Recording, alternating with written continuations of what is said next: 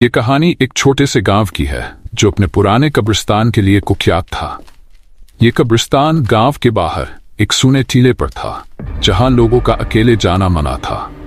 रात के समय वहां से गुजरते ही लोगों को किसी के चलने की आहटें और सिसकियां सुनाई देती थीं।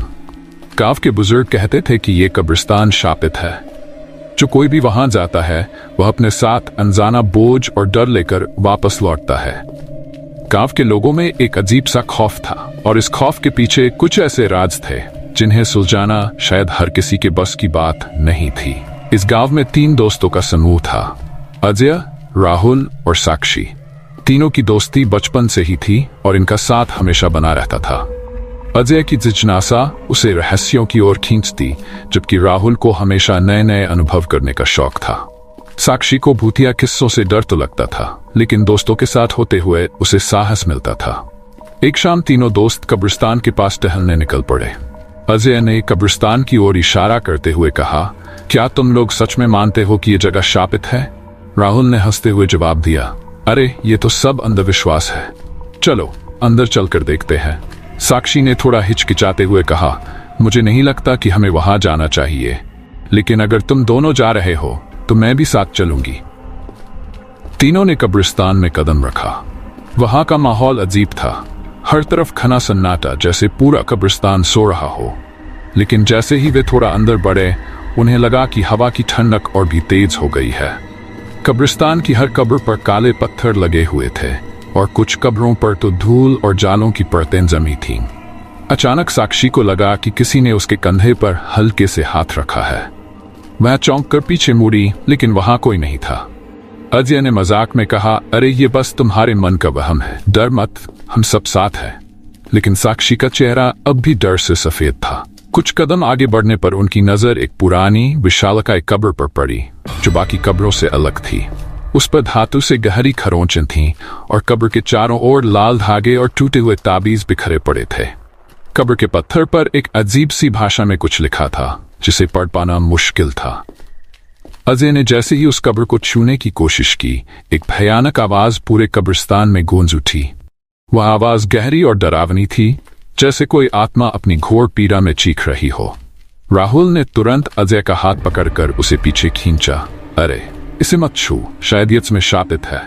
तीनों दोस्त समझ नहीं पा रहे थे कि उस कब्र में ऐसा क्या था। वहां की हवा अचानक भारी हो गई थी और चारों ओर की मिट्टी अजीब तरह से थरथरा रही थी।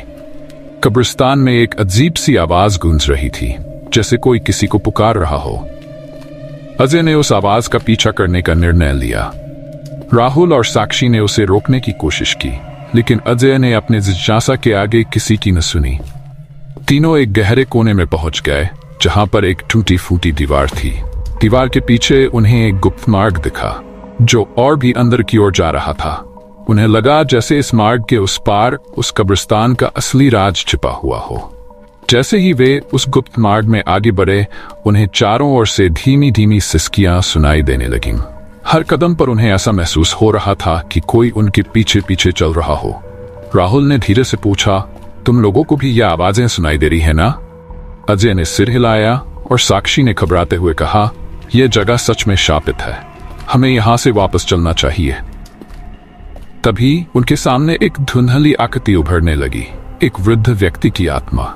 उस आत्मा ने अपनी दर्द भरी आवाज में कहा, यह कब्रिस्तान उन आत्माओं का बसेरा है जिन्हें कभी शांति नहीं मिली। उसने तीनों को बताया कि वह गांव का एक बुजुर्ग था जिसने अपनी आखिरी इच्छा पूरी न होने के कारण यहां फंस गया था। वृद्ध आत्मा ने धीरे धीरे अपनी कहानी बताना शुरू की। वह एक गरीब किसान था जिसने मरते वक्त अपने परिवार को बुरे वक्त से बचाने की उम्मीद रखी थी, लेकिन उसकी मौत के बाद उसके परिवार को बहुत कष्ट झेलने पड़े और इस दर्द ने उसकी आत्मा को शांति नहीं मिलने दी। उसने कहा, यह कब्रिस्तान उन सभी लोगों की आत्माओं का घर है जो अपने अधूरे सपनों और दर्द के कारण यहां फंसी हुई है। अजय, राहुल और साक्षी ने उसकी बात को गौर से सुना और उनकी आंखों में भी डर और सहानुभूति का मिश्रण था। वृद्ध आत्मा ने उन्हें बताया कि इन आत्माओं को तभी मुक्ति मिल सकती है जब उनके अधूरे काम पूरे हो। उसने कहा कि कब्रिस्तान की सबसे गहरी कब्र में एक ताबीज छिपा हुआ है जो हर आत्मा को उसकी अंतिम मंजिल तक पहुंचाने की ताकत रखता है। अजय ने आत्मा से पूछा, लेकिन हम उसे कैसे खोजेंगे? आत्मा ने उन्हें एक संकेत दिया, जहां सबसे अंधेरा होता है वहीं सबसे ज्यादा रोशनी छुपी होती है। तीनों दोस्तों ने कब्रिस्तान के सबसे अंधेरे कोने में जाकर उस ताबीज की खोज शुरू की।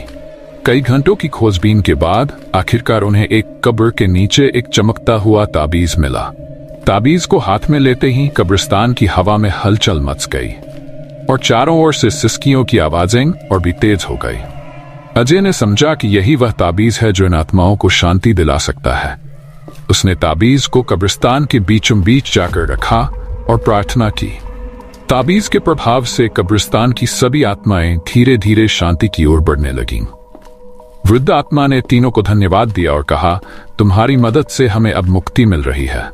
हम हमेशा तुम्हारे आभारी रहेंगे। वृद्धात्मा के साथ कब्रिस्तान की बाकी आत्माएं भी धीरे धीरे एक हल्की रोशनी में बदल गई और वहां से गायब हो गई। पूरा कब्रिस्तान अब शांत हो चुका था और वहां की हवा में एक अजीब सी मिठास घुल गई थी। अगले दिन गांव में सुबह की पहली किरण के साथ कब्रिस्तान का माहौल बदल चुका था। लोगों ने महसूस किया कि अब वहां का सन्नाटा टूटा था और डर की जगह एक सुकून भरी हवा चल रही थी। अजय, राहुल और साक्षी ने अपने साहस और दोस्ती के कारण न केवल आत्माओं को मुक्ति दिलाई बल्कि गांव को भी भय से मुक्त कर दिया। अजय, राहुल और साक्षी ने आत्माओं को मुक्ति दिलाने के बाद भी कई रातें उस अनुभव को याद करते हुए बिताईं। उन्होंने न केवल आत्माओं को आजाद किया बल्कि अपने अंदर एक नए साहस और दोस्ती का भी एहसास पाया।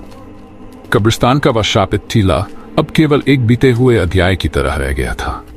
इस घटना के बाद गांव वालों ने भी इन तीनों का सम्मान किया और उन्हें गांव के रक्षक का नाम दिया।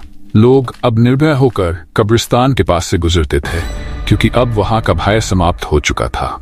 गांव के बुजुर्गों ने भी इस बात को स्वीकारा कि शाप और डर केवल मन का वहम है, जिसे हिम्मत और सच्ची दोस्ती से दूर किया जा सकता है। कई हफ्ते बीत गए और एक रात अजय को एक अजीब सपना आया। उसने सपने में वही बुरी आत्मा देखी जो उन्हें कब्रिस्तान में मिली थी। आत्मा ने अजय से कहा, अजय, तुमने हमें मुक्ति तो दिला दी, पर तुम्हारे साहस के कारण हमें एक नया जीवन मिला है। अजय ने सपने में पूछा, आपका क्या मतलब है? आत्मा ने मुस्कुराते हुए कहा, कभी कभी किसी की मदद करना खुद की मुक्ति के लिए भी होता है। तुमने हमें मुक्ति दिलाकर खुद को भी नई जिम्मेदारियों से जोड़ा है। अजय के लिए यह सपना महज एक सपना नहीं था। उसे ऐसा महसूस हुआ कि यह आत्मा का संदेश था कि कहीं और भी कुछ है जो उसे सुलझाना है। उसने ये बात अपने दोस्तों से साझा की और उन्होंने फिर से एक नए मिशन पर निकलने का निर्णय लिया। उन्हें लगा कि ये केवल एक शुरुआत है और अब उनके सामने नई चुनौतियां और राज आने वाले हैं। अजय, राहुल और साक्षी की दोस्ती और मजबूत हो गई थी। उन्होंने जान लिया था कि सच्चे दोस्त हमेशा एक दूसरे के साथ रहते हैं, चाहे हालात कैसे भी हों।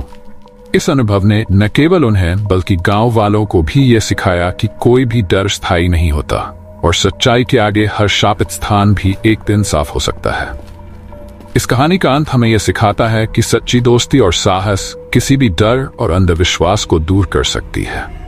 कब्रिस्तान में बसे आत्माओं की मुक्ति ने इस बात को साबित किया कि कई बार जिन चीजों से हम डरते हैं उनका सामना करके ही हम उन्हें दूर कर सकते हैं, और ये भी कि दोस्ती का सहारा हो तो किसी भी मुश्किल को पार किया जा सकता है।